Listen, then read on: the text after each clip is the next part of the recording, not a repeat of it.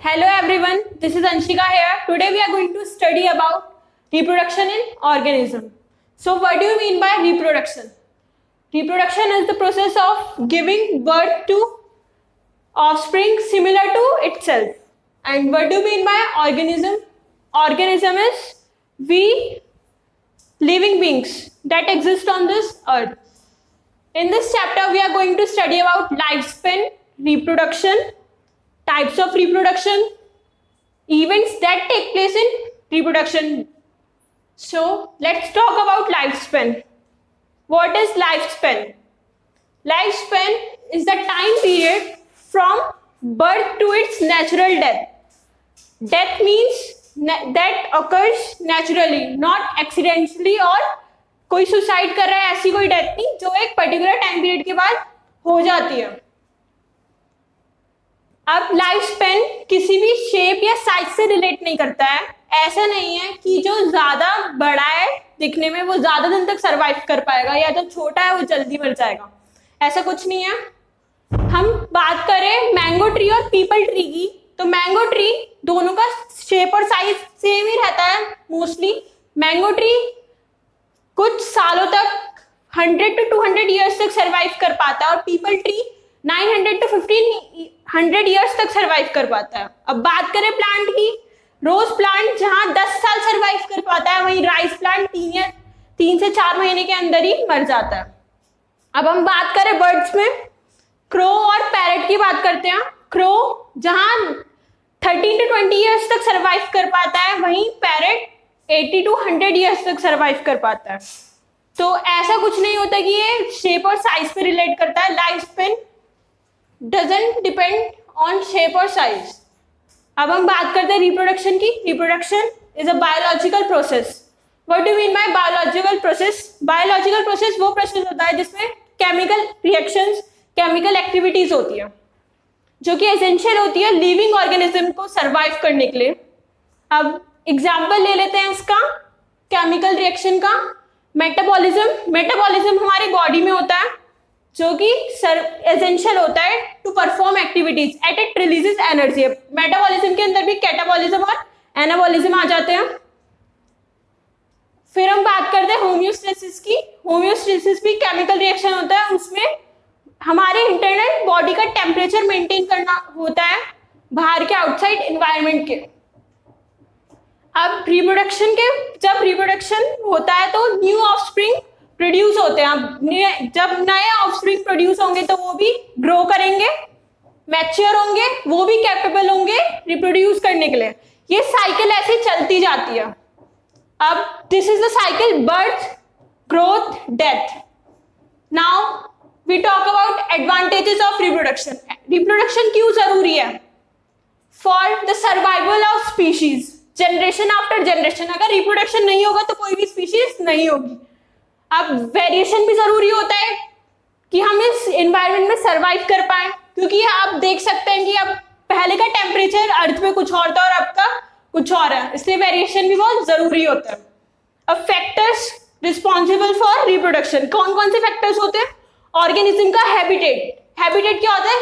जिस एनवायरनमेंट में हम रहते हैं उसे हम हैबिटेट बुलाते हैं, जो हमें फूड प्रोवाइड करता है, शेल्टर प्रोवाइड करता है और हमें मेट होने के लिए एक सुइटेबल टेम्परेचर और एनवायरनमेंट प्रोवाइड करता है.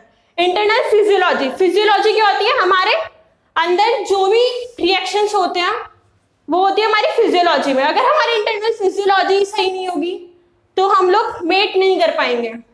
अब हम तीसरा बात करते हैं जेनेटिक मेकअप. जेनेटिक मेकअप मतलब इसमें आ जाता है हमारे सोमेटिक सेल्स और जर्म सेल. अगर सोमेटिक सेल्स होते हैं तो हमारा एसेक्सुअल रिप्रोडक्शन होता है और जर्म सेल्स होते हैं तो हमारा सेक्सुअल रिप्रोडक्शन होता है. अब based on the involvement of parent, reproduction भी आगे दो टाइप के होते हैं, सेक्सुअल रिप्रोडक्शन और asexual reproduction. Now we will talk about asexual reproduction. As the name suggest, asexual. What do you mean by asexual? Means single parent is able to reproduce itself. यहां बस एक ही parent का involvement है. अब हम बात करते हैं सिंगल सेल्ड ऑर्गेनिजम्स में. सिंगल सेल्ड ऑर्गेनिज्म का जो स्ट्रक्चर होता है, इट इज नॉट कॉम्प्लेक्स, हम लोगों की तरह वो इतना कॉम्प्लेक्स नहीं होता है। अब हम बात करते हैं ईस्ट में और अमीबा में।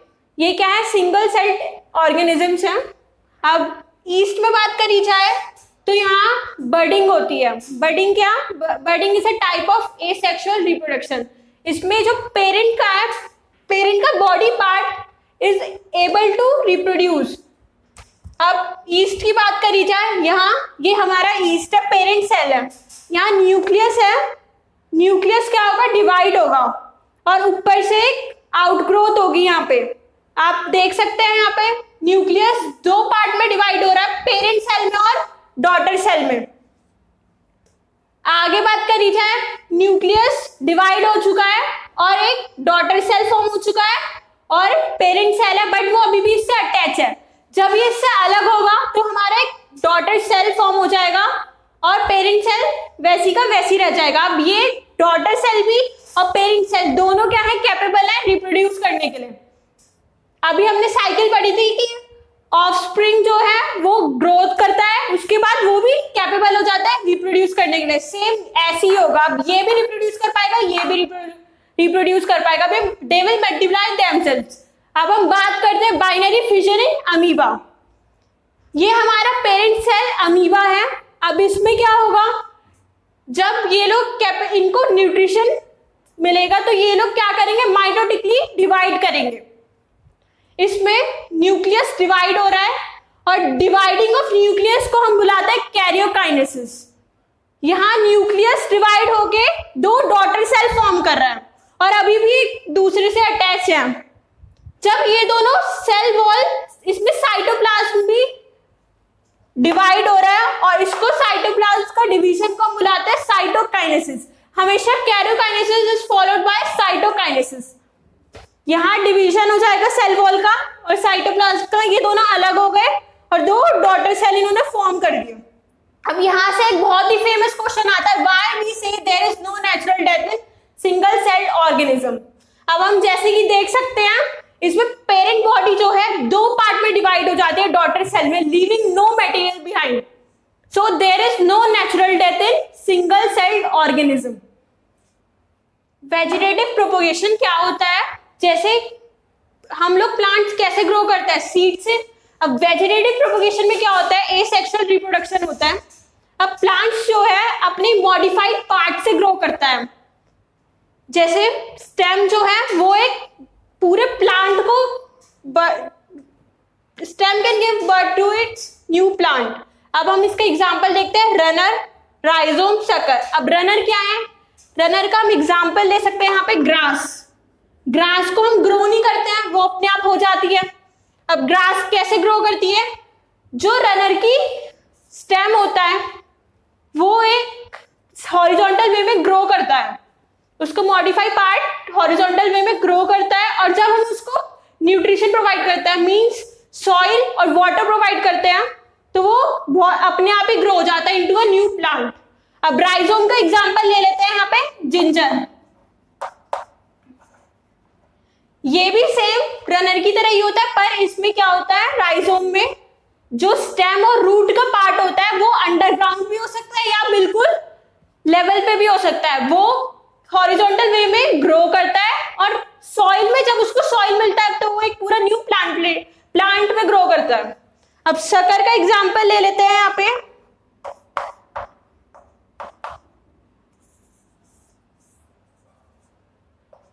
Mint, peppermint.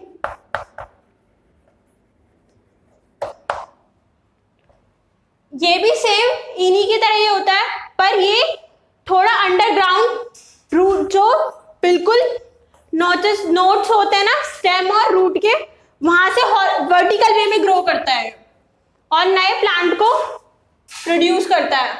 अब एसेक्सुअल रिप्रोडक्शन में हम जब ऑफस्प्रिंग प्रोड्यूस होता है वो बिल्कुल आइडेंटिकल होते हैं क्या, अपने पेरेंट सेल से। तो जो चीज मॉर्फोलॉजिकली मीन स्ट्रक्चर दिखने में और जेनेटिकल में बिल्कुल सेम होती है, हम उसे क्लोन बुलाते हैं। एक टर्म था clone. Clone is morphologically and genetically similar to its parents. अब वेजिटेटिव प्रोपोगेशन में आगे बात करी जाए तो एक प्लांट है वाटर इसको हम लोग इंडिया में इसलिए लेके आए थे क्योंकि इसके जो फ्रूट्स, इसके फ्लावर है वो बहुत अच्छे थे, पर इसको अब हम टेरर ऑफ बंगाल बुलाते हैं। क्यों? क्योंकि ये अपने आप ही ग्रो करता है, ये सेक्सुअली रिप्रोड्यूस करके इसकी ग्रोथ इतनी ज्यादा है कि अब हम इसे निकाल नहीं सकते। ये अपने आप ही इतनी जल्दी ग्रो कर जाता है कि जितना हम निकालेंगे उससे ज्यादा ही ग्रो कर जाएगा। और अब ये करता क्या है, ये ड्रेन कर देता है सारी ऑक्सीजन को रिवर और सी की, और जिसकी वजह से क्या होता है वहां पे मरीन लाइफ जो भी है सब खत्म होती जा रही है। अब हम बात करते हैं effect of adverse condition on algae and fungi. जब भी इनको कंडीशंस फेवरेबल नहीं मिलती है तो ये लोग क्या करते हैं, एसेक्सुअल रिप्रोडक्शन को ना करके ये सेक्सुअल रिप्रोडक्शन को स्विच करते हैं। On adverse effect algae and fungi reproduce sexually, और जैसी कंडीशन फेवरेबल हो जाती है ये दोबारा से एसेक्सुअली रिप्रोड्यूस करते हैं। अब हम आगे बात करेंगे सेक्सुअल रिप्रोडक्शन की। Now what is sexual reproduction? Sexual reproduction, इसमें दो पेरेंट्स इन्वॉल्व्ड होते हैं, either they can be of same और अपोजिट सेक्स। अब हम इसमें बात करें तो सबसे पहले गैमीट फॉर्मेशन होती है। अब जब गैमीट फॉर्म हो जाते हैं दोनों पेरेंट्स के तो फ्यूज होते हैं।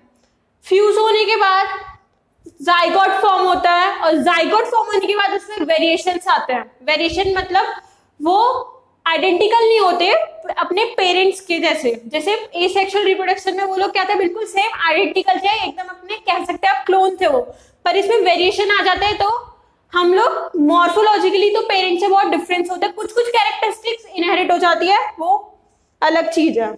अब हम बात करें फेज ऑफ लाइफ की, तो फेज ऑफ लाइफ में सबसे पहले आता है जुवेनाइल फेज और वेजिटेटिव फेज। जब ऑर्गेनिज्म फॉर्म होता है तो ये क्या करेगा, ग्रो करेगा, और जो एज होती है ग्रोथ की हम उसे जुवेनाइल फेज बुलाते हैं या वेजिटेटिव फेज बुलाते हैं। एक टाइम अटेन करने के बाद ऑर्गेनिज्म क्या हो जाता है, मैच्योर हो जाता है। वो क्या होता है, कैपेबल होता है रिप्रोड्यूस करने के लिए। तो जिस एज में वो कैपेबल हो जाता है रिप्रोड्यूस करने के लिए हम उसे रिप्रोडक्टिव फेज बुलाते हैं। जब at the end of reproductive phase senses और ओल्ड एज अटेन हो जाती है, इसके बाद ऑर्गेनिज्म की क्या हो जाती है, डेथ हो जाती है। अब हम बात करें प्लांट्स की, जब वो रिप्रोड्यूस मतलब प्लांट्स में कैसे पता लगता है कि उनकी रिप्रोडक्टिव फेज है, वो फ्लावर करते हैं। अब ऐसा तो है नहीं वो हर टाइम फ्लावर करते तो हम ये कहेंगे कि वो हर टाइम रिप्रोड्यूस करे, ऐसा कुछ नहीं है। कुछ प्लांट से, जैसे हम बैम्बू प्लांट ले सकते हैं, वो एक टाइम लाइफ में बस एक टाइम फ्लावर करते हैं, 50 इयर्स और 100 इयर्स के बाद और मर जाते हैं। अब हम बात करें स्ट्रोबिलेंथस कुंथियाना, जिसको हम नीलाकुरंजी बुलाते हैं, वो फ्लावर आफ्टर 12 इयर्स, हर 12 साल के बाद वो फ्लावर करते हैं। अब हम बात करें ऑस्ट्रल साइकिल और मेंस्ट्रुअल साइकिल की। मैमल्स में ऑस्ट्रल साइकिल नॉन प्राइमेट मैमल्स में होती है, जैसे काऊ हो गया हमारा, रेट हो गए, इन सब में। इसमें क्या होता है, ये लोग बस एक सीजन के लिए ब्रीड करते हैं, जबकि मेंस्ट्रुअल साइकिल जो होती है प्राइमेट्स मैमल्स में होती है।